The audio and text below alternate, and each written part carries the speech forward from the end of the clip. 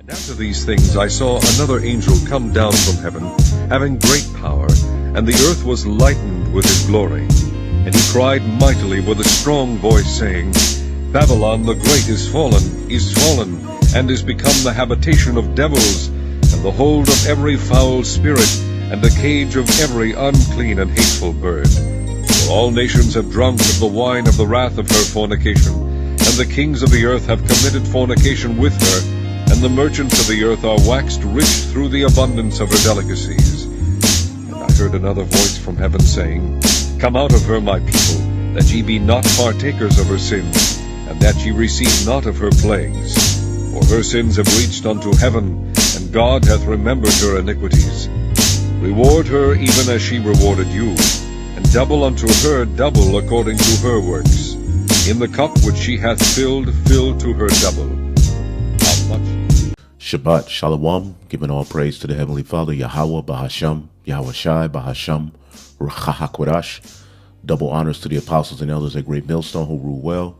Peace and salutation as always to the elect. And I wanted to go through the story, the parable of the rich man and Lazarus. And we understand that that ties to the very thing that is happening right now. As the scriptures say, Esau is the end of the world, okay? And Jacob is the beginning of it that followeth.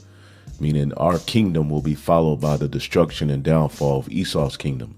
And that's right before our faces. We can see this kingdom is undergoing a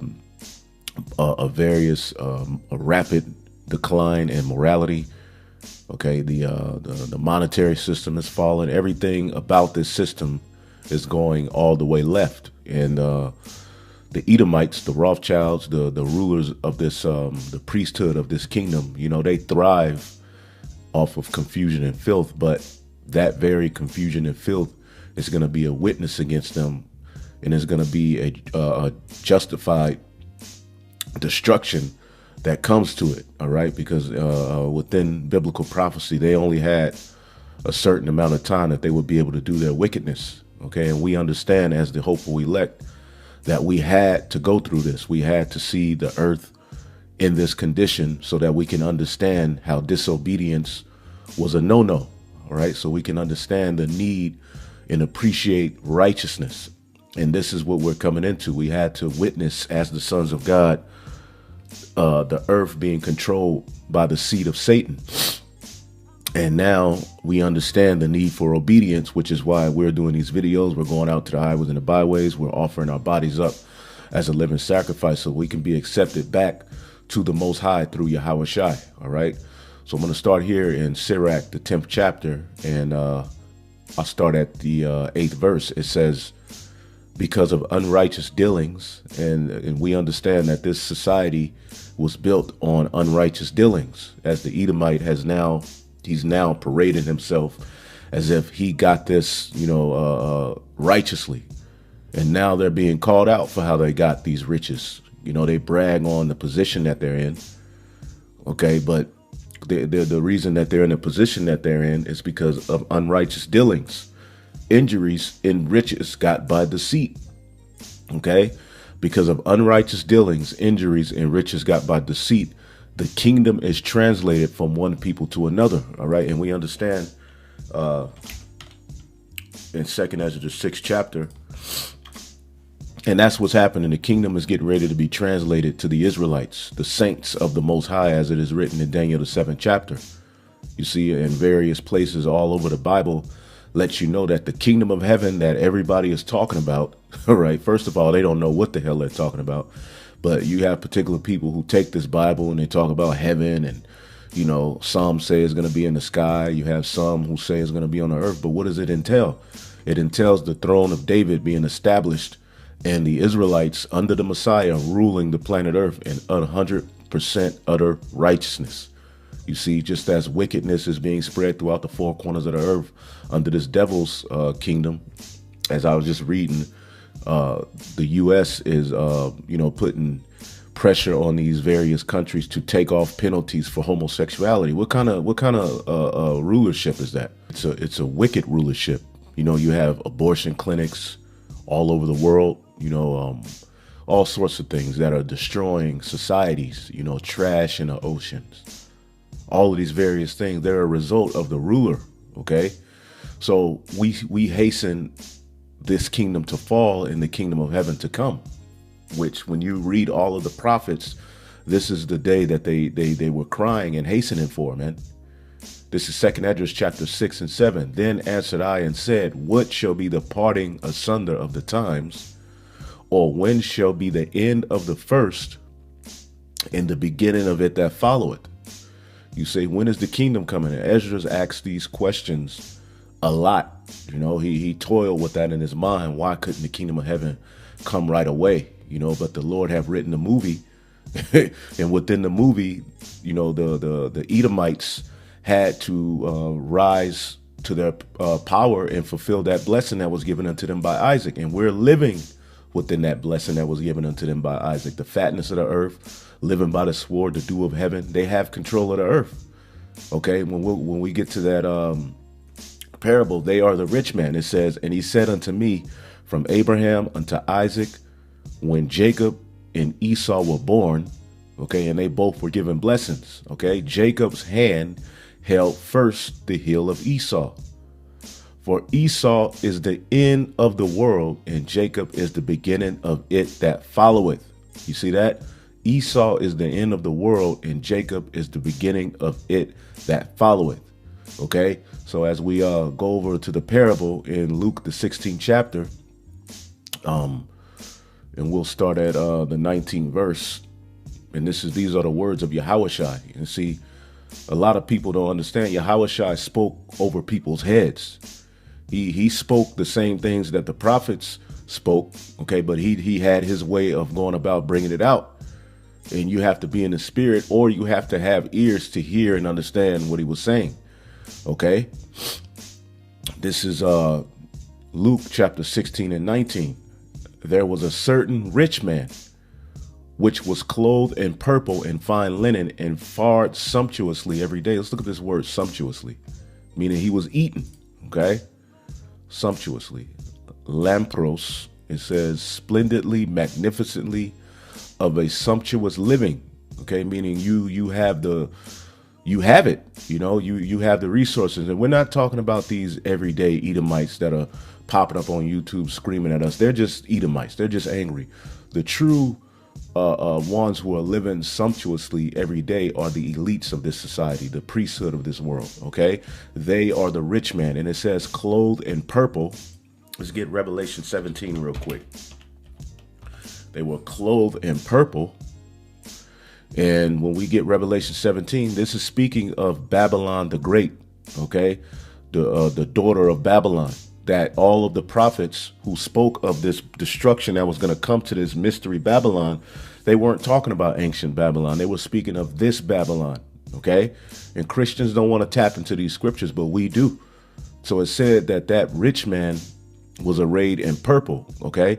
This is Revelation 17 and 4. And the woman, okay, because America is known as that whore, Babylon the Great is known as that whore, and the woman was arrayed in purple and scarlet color, okay? And scarlet is a derivative of red, and the beast system, okay, is known as a scarlet colored dragon, a red dragon, showing you that it's linked to Esau, Edom, okay? So the woman was arrayed in purple,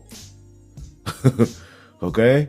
And scarlet color and decked with gold and precious stones and pearls, having a golden cup in her hand full of the abominations and filthiness of her fornication. Because America was used by the Most High, Babylon the Great, Esau, Edom, was used by the Most High to spread wickedness all throughout the earth, man. Wickedness would have to have its reign, and the Most High used you Edomites to do that, man. This is Jeremiah 51 and 7. Babylon hath been a golden cup in the Lord's hand that made all the earth drunken. Okay, now what Babylon is Jeremiah speaking about in this chapter? He's speaking of mystery Babylon, the future Babylon. See, this letter was written by Jeremiah, sent to the captives at Babylon by the hand of Sariah.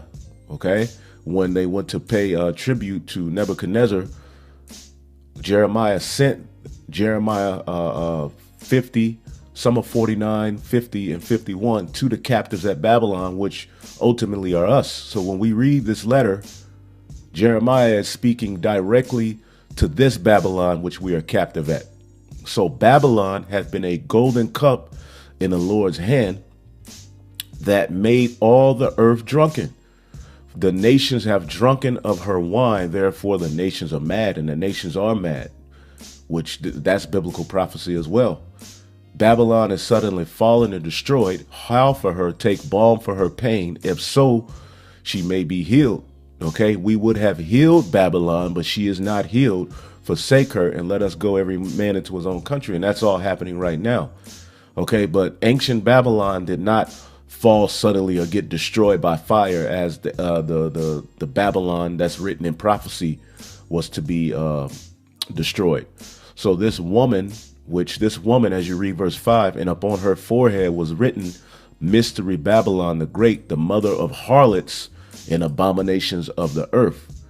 And I saw the woman drunken with the blood of the saints and with the blood of the martyrs of Yahushai. Okay, going back to the Roman Empire. And the Roman Empire was revived through America, the NATO, and the EU, which is the beast. You see, and she was drunken with the blood of the saints. They hate the Israelites. Okay, but the woman was arrayed in purple, going back to this rich man. Okay, Luke 16 and 19, and there was a certain rich man which was clothed in purple. And according to prophecy, who is that daughter of Babylon linked to? Let's get Psalms 137 by the head of our church, under Yahushai, David. Okay, let's see what he had to say. This is Psalms 137 and 7. Remember, O Lord, the children of Edom in the day of Jerusalem, who said, race it, even to the foundation thereof. This is a prophecy of what happened at the time when they helped the Babylonians to sack the temple. They said, race it. And they've been saying, race it, meaning take and kill this chosen seed so that we can stand in their place. O daughter of Babylon, this is how Esau Edom is going to pay. O daughter of Babylon, who art to be destroyed. Happy shall he be that rewardeth thee as thou hast served us. So we are fighting for this day. Okay, King David said, remember, O Lord, the children of Edom, because at the time of King David, you have to remember, he had the Edomites under his foot when he sat on his throne. They were one of the main nations that he rejoiced in having in captivity. Okay, what do you think we're going to do when we get our power? We're going to rejoice in having them under our foot. And King David has said, remember, O Lord, the children of Edom. So how is the Lord going to remember the children of Edom in their works? Well, it's going to be through Babylon the Great. You see this beast system in which they've became the rich man through that system, man. Okay, there was a certain rich man who was clothed in purple and fine linen and fared sumptuously every day. And what does James, the 5th chapter, say? We'll just read a little bit of this.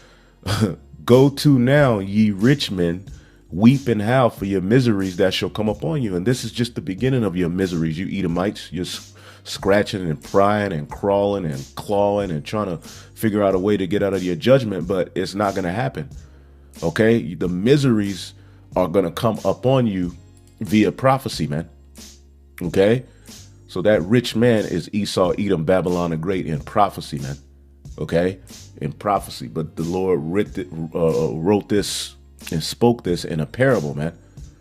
And there was a certain beggar, okay, named Lazarus, which was laid at his gate full of swords, man, swords.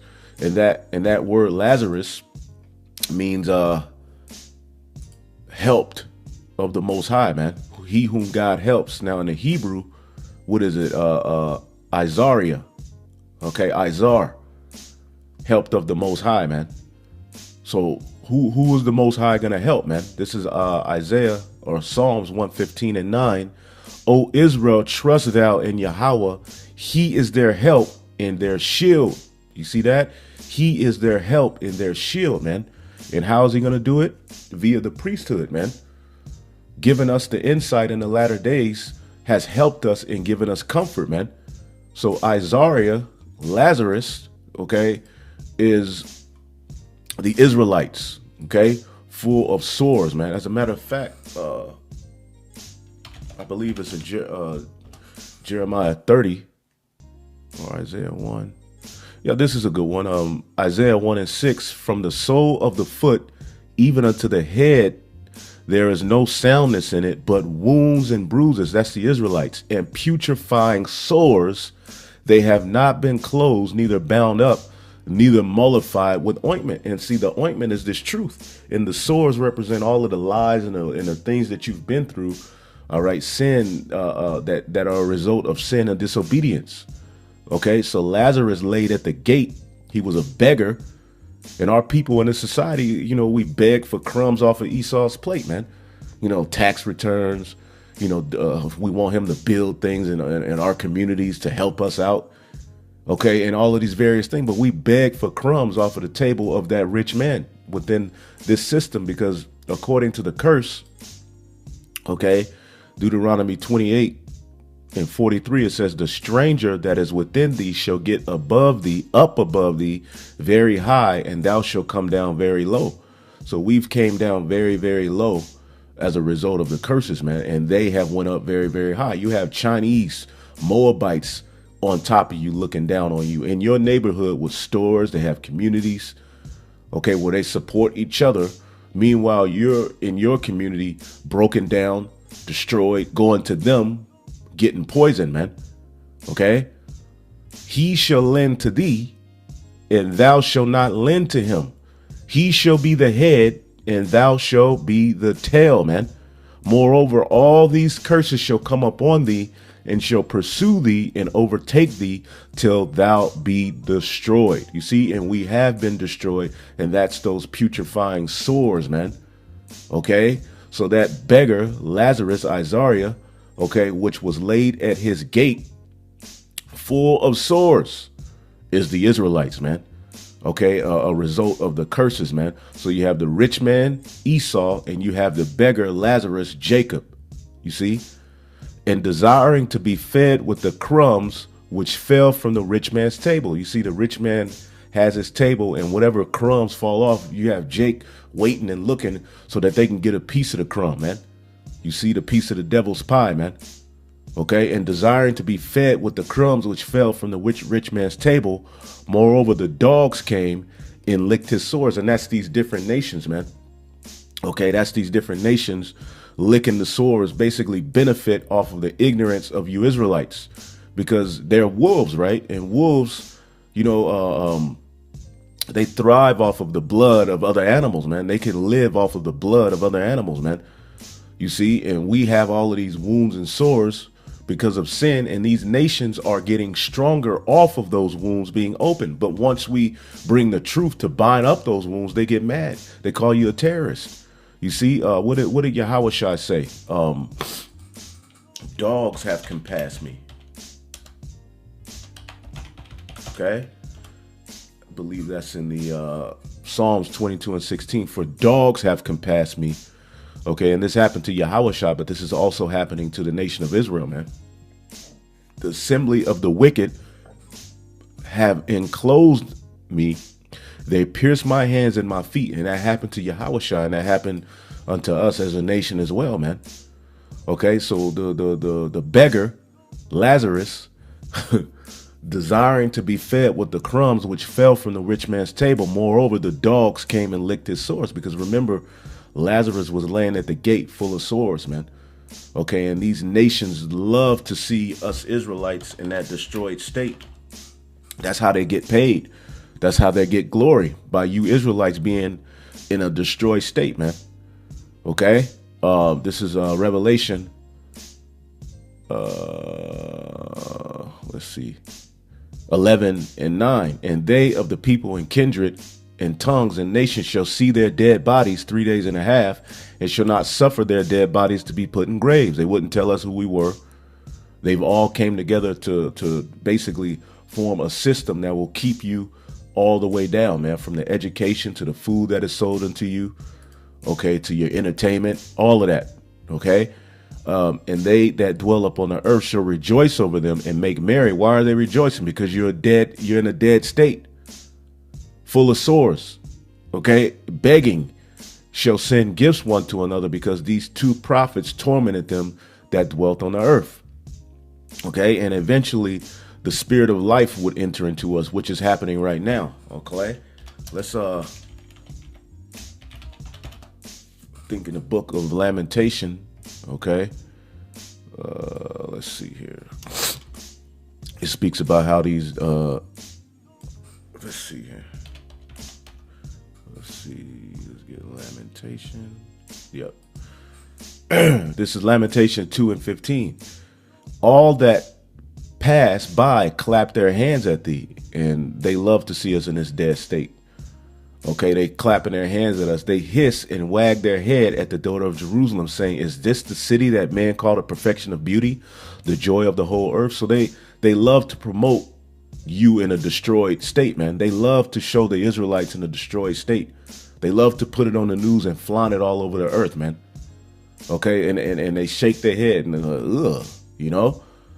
The enemies have opened their mouth against thee. They hiss and gnash their teeth. They say, "We have swallowed her up. Certainly this is the day that we looked for. We have found, we have seen it." You see, and that's a result of the curses, man. Okay, so going back to Luke 16, it says, "And there was a certain beggar named Lazarus, which was laid at his gate, the rich man's gate, full of sores, and desiring to be fed with the crumbs which fell from the rich man's table. Moreover, the dogs, these heathen, came and licked his sores." Okay. And a wolf is in the family of a dog. Okay. It says, "And it came to pass that the beggar died," you see, "and was carried by the angels into Abraham's bosom. The rich man also died and was buried." Okay. So the beggar died and was carried by the angels into Abraham's bosom. The rich man also died and was buried. Okay. Because when we receive the blessing, okay, what does the blessing entail? We're going to be caught up into the chariot and changed. Okay. Esau, his system and everything else is going to be destroyed, man. Esau is the end of the world, and Jacob is the beginning of it that followeth, man. Because the promises were passed down from Melchizedek to Abraham, who tithed to Melchizedek. And as you read, Abraham received the blessing. Okay. He became the friend of the Most High. Isaac received the blessing. And who was the blessing given to from there? Jacob. Okay. And Esau had his blessing, but it was not the blessing of the kingdom of heaven. His blessing was for this world to be the rich man in this world. Okay. According to Daniel's vision in Daniel, the 7th chapter, Esau, Edom would be the fulfillment of that fourth beast. Okay. And that little horn that came from it would be Babylon the Great, in which they would have control of the whole earth, man. Okay. So it says, "And it came to pass that the beggar died," okay, "and was carried by the angels into Abraham's bosom. The rich man also died and was buried." His kingdom was buried. Let's keep reading. "And in hell he lift up his eyes, being in torments, and seeth Abraham afar off, and Lazarus in his bosom." Because we are going to go up to those chariots. We're going to be crowned, and we're going to eventually come down and enslave these heathen, as it is written in prophecy, man. Okay, now a lot of people say, well, this is proof that hell is real. What hell is this talking about, man? Because his heaven was our hell. Our heaven will be his hell. Let's get Isaiah the 5th chapter to show what this hell entails, man. Okay. It says, let's see here.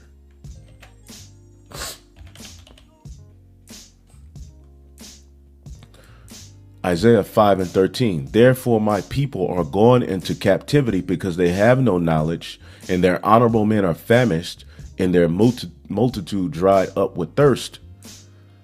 Verse 14. "Therefore hell hath enlarged herself, and opened her mouth without measure.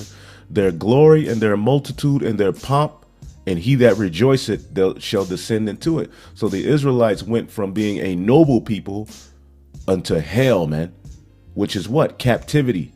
The heathen nations ruling over us, our pomp being brought down, our rejoicing being taken away. Okay. "And the mean man shall be brought down, and the mighty man shall be humbled, and the eyes of the lofty shall be humbled, man. Okay, but Yahweh, the Lord of hosts, shall be exalted in judgment, and God that is holy shall be sanctified in righteousness, man. So eventually the Lord will have mercy on us, but he brought hell upon us. That hell is what's coming to you Edomites. Okay, the enslaved are going to overcome the slave master, as it is written in Amos 9:13. Behold, the days come, saith Yahweh, that the plowman shall overtake the reaper, and the treader of grapes him that soweth seed, and the mountain shall drop sweet wine, and the hills shall melt. And I will bring again the captivity of my people Israel, and they shall build the waste cities and shall inhabit them, and they shall plant vineyards and drink the wine thereof, and they shall also make gardens and eat the fruit thereof. And I will plant them in their land, and they shall no more be pulled out of their land, which I have given them, saith the Lord thy God. You see that? So the plowman is gonna overtake the reaper, which is why the Lord says in verse 11, in that day I will raise up the tabernacle of David that is fallen, and close up the breaches thereof, and I will raise up his ruins, and I will build it as in the days of old, that they may possess the remnant of Edom, and all of the heathen which are called by my name, saith the Lord that doeth this. Okay, so when David had his tabernacle, what was the result of it? The heathen were under his foot. They were in captivity. Okay, and he bragged on that. When you read Psalms, the 60th chapter, he bragged on having the Moabites and the Philistines and the Edomites under his foot. You see, that is going to happen again. Our heaven will be your hell, you Edomites, man. The rich man in specific, because all of the heathen are going to catch hell, but none like you Edomites, man. And then eventually, as we always say, you Edomites will be obliterated off of the earth, and all of the heathen will just be in subject to our laws, man. You won't be able to witness the righteous rulership and the kingdom of heaven in its perfection with the Israelites rule. You're going to be chased out of the earth, you Edomites. All right. So our heaven will be their hell, just as their heaven was the hell for that beggar. You see? So in hell, he lifted up his eyes, being in torments, and seeth Abraham afar off, all right, and Lazarus in his bosom, meaning we're going to receive that blessing, man. Okay, the blessing of the kingdom of heaven, man, the blessing of receiving new bodies, the blessing of the law, statutes, and commandments being written in us, man, being beamed up and changed, all of that. Okay, these Edomites are going to be afar off looking at us in our perfection, man. Okay, in hell, they're going to be in hell, man. They're going to be being tormented. Okay, and what did he say? What did the rich man say? Because when we were begging at the gate, you know, he may have given us a few crumbs. He didn't really do anything for the benefit of healing you. Okay, so now that he's in hell, now that he's all right on a flip side of it, as you see in the title, trading places, changing places. That's what's getting ready to happen. You see, you Edomites are going to go down. You're going to go from hunk to punk. Okay. You're going to be in torments. You see, which is written in the Holy Scriptures. This is all prophetic. Let's get Psalms 149 and 5. I'll start at 4. For the Lord taketh pleasure in his people. He will beautify the meek with salvation. Let the saints be joyful in glory, and let them sing aloud on their beds, meaning in our rest. Let the high praises of God be in their mouth, and a two-edged sword in their hand, to execute vengeance upon the heathen and the punishments of the people. You see that? To bind their kings with chains and their nobles with fetters of iron, to execute the judgment written. This honor have all the saints. Praise ye the Lord. And this is in the Psalms, and this is speaking of salvation. You see, which salvation is going to come when the Israelites no longer have to deal with the flesh, no longer sin. That's true salvation, when death no longer has any reign over us. You see, you heathen are only in the position that you're in because of death. You see, because of the Israelites going off. You see? And the rich man, verse 24, Luke 16:24, and he cried and said, Father Abraham, because you have to remember, Esau came out of Isaac. Okay, so now he didn't give a damn about the promises, the righteousness when he was in his rulership. Now he wants to call Abraham his father. You see, have mercy on me and send Lazarus. See, now he's calling for us to have mercy on him. See, in this kingdom, you got Jake marching around the earth, begging for Esau, Edom to accept him, to be equal with them. But when we get in our kingdom, Esau is going to be begging Lazarus, that same beggar, that same poor man with all of those sores in his body that you didn't help to bind up. That same poor man, that same beggar, now you're begging him. You see, that he may dip the tip of his finger in water to cool my tongue, for I am tormented in this flame. And that flame represents your captivity, man, because you heathen are going into captivity. Let's get Jeremiah 30. Okay. Jeremiah 30. And this is all parabolic and symbolic, man, for those who have ears. Let's see here. Let's see here.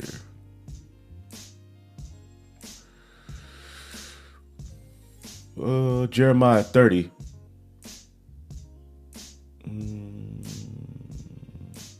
I start at 10. Therefore, fear not, O my servant Jacob, saith the Lord. Neither be dismayed, O Israel, for lo, I will save thee from afar, and thy seed from the land of their captivity, which we've been scattered.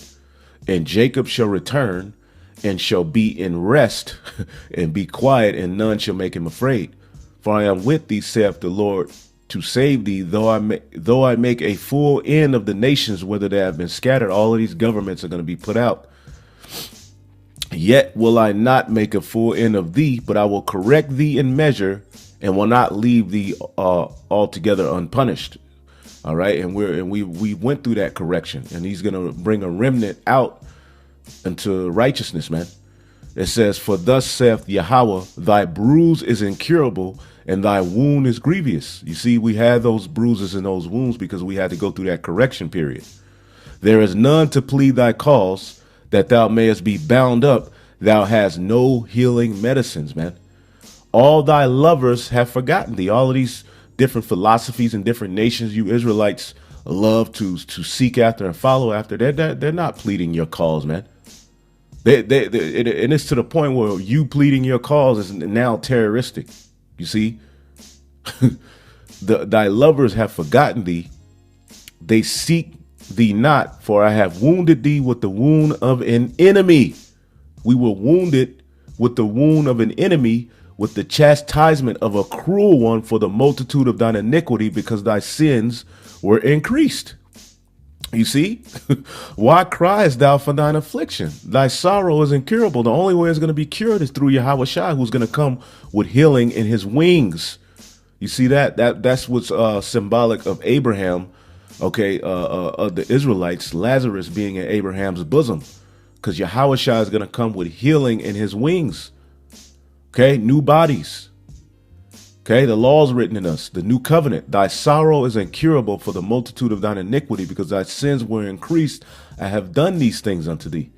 Okay, so we were wounded with the wound of an enemy, and we were begging at his gate, begging for crumbs to fall off his table. But he didn't heal up our wounds. He made money off of those wounds, man. Therefore, all they that devour thee shall be devoured, and all thine adversaries, every one of them shall go into captivity. They that spoil thee shall be a spoil, and all that prey upon thee will I give for a prey. For I will restore health unto thee, and I will heal thee of thy wounds, saith the Lord, because they call thee an outcast, saying, this is Zion, whom no man seeketh after. And that's the narrative within the system of Edomite supremacy, man, that we are no people. We ain't shit, man. Nobody gives a damn about us. But guess what? The spirit is upon us, and now we understand why what has happened, and we're hastening for the kingdom to come, man. So when we get in our kingdom, the rich man will be in hell. You see?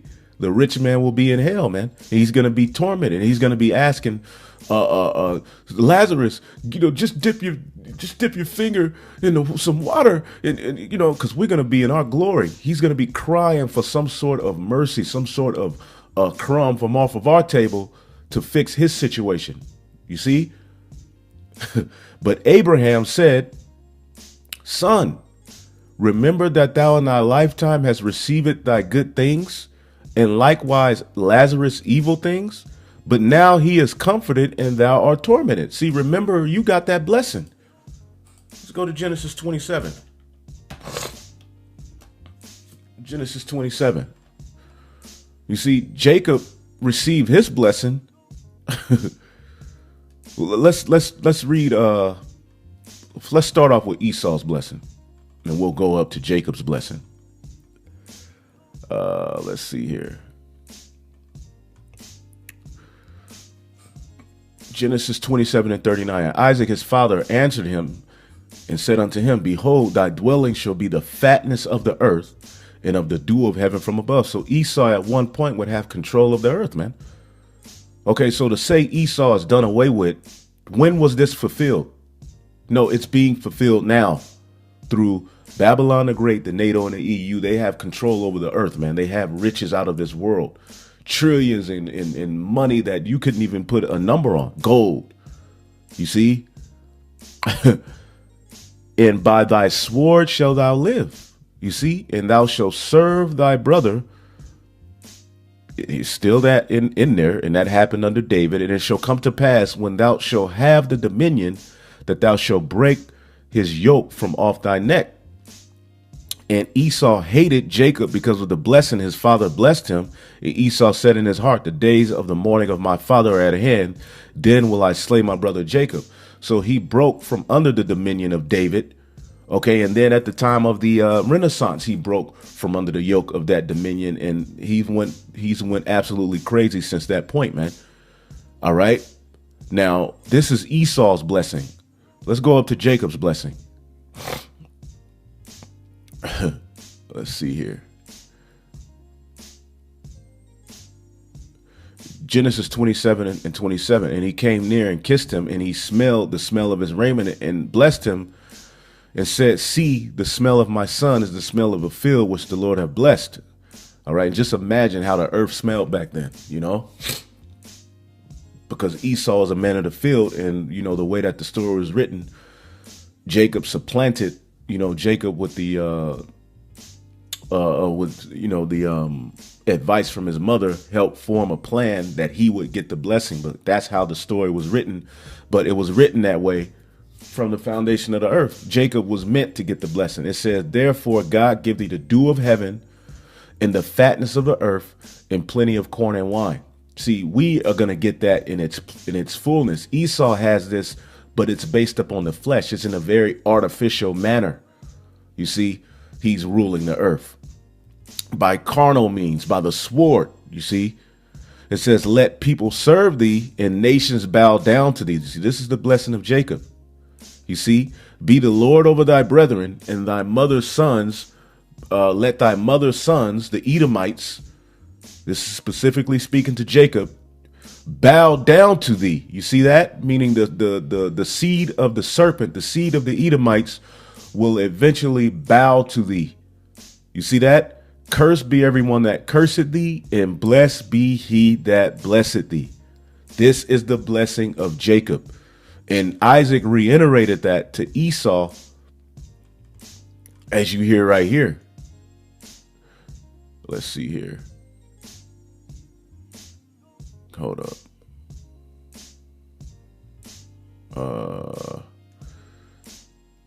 Oh yeah, verse 37, Genesis 27 and 37. And Isaac answered and said unto Esau, Behold, I have made him thy Lord,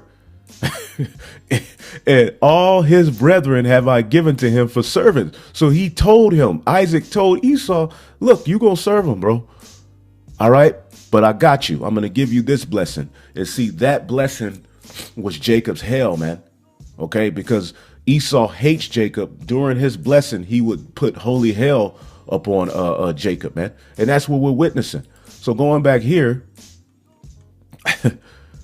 as Esau is crying, as the rich man is crying because of the hell that's being put on him, What did Abraham say? Abraham said, son, remember that thou in thy lifetime receivest thy good things. You received your blessing. This is your blessing. And likewise, Lazarus evil things, but now he is comforted and thou art tormented. You see, you're going to be tormented. You're going to have to go through that. And this is what you're crying and trying to scratch away from. You see, that's why you're throwing out this black Hebrew Israelite, these arguments, because that was a part and attached to your blessing. That's how you were able to parade yourself around the earth as the chosen people. All right, because we were put out. You see, the Lord turned his favor from us. And besides all this, betwixt us and you, there is a great gulf fixed. You have your blessing and we have our blessing, so that they which would pass from hence to you cannot, neither can they pass to us that will come from this. We were not able to be a part of your blessing. You will not be able to be a part of our blessing. Okay? You are the nation of Edom. We are the nation of Israel. Okay? You have your part in the story. You cannot pass from that to us as you try to, say, well, we can be grafted in. No. The Israelites, the tabernacle of David, represent those Gentiles that will be grafted back in and rebuilt. Okay, you Edomites had your blessing and good. You can't say that the Lord was unfair. So Abraham has reminded you, look, you had your blessing. You see? Then he said, I pray thee, therefore, Father, that thou wouldest send him to my father's house. Now he's begging Jacob. Now he's begging Lazarus. You see, remember, Lazarus was a beggar when he was the rich man. Now we are the rich man. Now the places have been traded, but in a whole nother fashion, because we're going to rule with new bodies, chariots, spiritual powers. Okay. And it's going to be an everlasting kingdom, man. It says, for I have 5 brethren. And it's interesting that Esau, by, I believe, his first wife, had 5 children. It says, for I have 5 brethren, that he may testify unto them, lest that they come also unto this place of torment. No, your whole nation is going to come into this place of torment. You didn't care about your actions when you gave away that birthright. You didn't care about your descendants when you were just being a demon all around the planet Earth. You never thought about the latter end of your actions. Let's get that in Isaiah 47. Now your actions are going to prove themselves to be detrimental to your seed, you demon. Let's see here. I'll start at 6. I was wroth with my people, Isaiah 47:6. This is speaking to the daughter of Babylon, the daughter of the Chaldeans, which are you Edomites, you witches, man. Okay, I have polluted mine inheritance and given them into thine hand, and thou didst show them no mercy. You didn't show us no mercy while you had the power, man. So why do you think we're going to show you any mercy?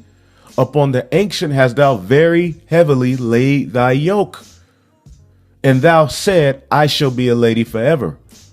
Okay, so that thou dost not lay these things to my heart, neither didst thou remember the latter end of it. You didn't think about the latter end of your actions, man, of having the Israelites in captivity. Therefore, now hear this, thou that art given unto pleasures, that dwellest carelessly, thou sayest in thine heart, I am, and none else besides me. I shall not sit as a widow, neither shall I know the loss of children. But these 2 things shall come upon thee in a moment, in one day, the loss of children and widowhood, and they shall come upon thee in their perfection, for the multitude of thy sorceries and the great abundance of thine enchantments. For thou hast trusted in thy wickedness, thou hast said, none seeth me. Thy wisdom and thy knowledge, it hath perverted thee, and thou hast said, I am, and there is none else besides me. You see that? So verse 25, let's read that again. And Abraham says, son, remember thou in thy lifetime receivest thou good things? You see? You didn't think about this then. You didn't say, let us stop, you don't even apologize. You don't even want us to bring up what happened, what you did. In Lazarus evil things. Oh man. Oh man. Now you want to look out for the benefit of your seed. Now you understand what you did and what it's going to lead to for your inheritance. For I have 5 brethren, that he may testify unto them, lest they also come to this place of torment. All of you Edomites are going into captivity. What did it say in Wisdom of Solomon about the Egyptian? Common and rich. Common and rich, man. Both common men and the master suffered. Wisdom of Solomon 18:11. The master and the servant were punished after one manner, and like as the king, so suffered the common person. So you Edomites are going to suffer, man. All of you. All of you niggas, man. Okay? Verse 28, for I have 5 brethren, that he may testify unto them, lest they also come into this place of torment. They're not going to hear the prophets. Here it is. We're prophesying, and you Edomites are laughing at us. You scoffing at us. You talking shit, trying to paint us as terrorists. You see? Abraham said unto him, they have Moses and the prophets. Let them hear them. Hey, there you go. You have Moses and the prophets. Hear them. You see, but you, the whole time you were in rulership, you didn't take heed to Moses and the prophets and the righteous ways, man. And he said, nay, Father Abraham, but if one went unto them from the dead, they will repent. And Yahushua came from the dead. Okay, and you didn't listen. You see? And they said and he said unto them, if they hear not Moses and the prophets, neither will they be persuaded, though one rose from the dead. You see, and they have the records of Yahushua raising from the dead, and look what they're still doing in their rulership. So you Edomites are done. Okay, there's no repentance for you. You're rejected. What does Hebrews the 12th chapter say?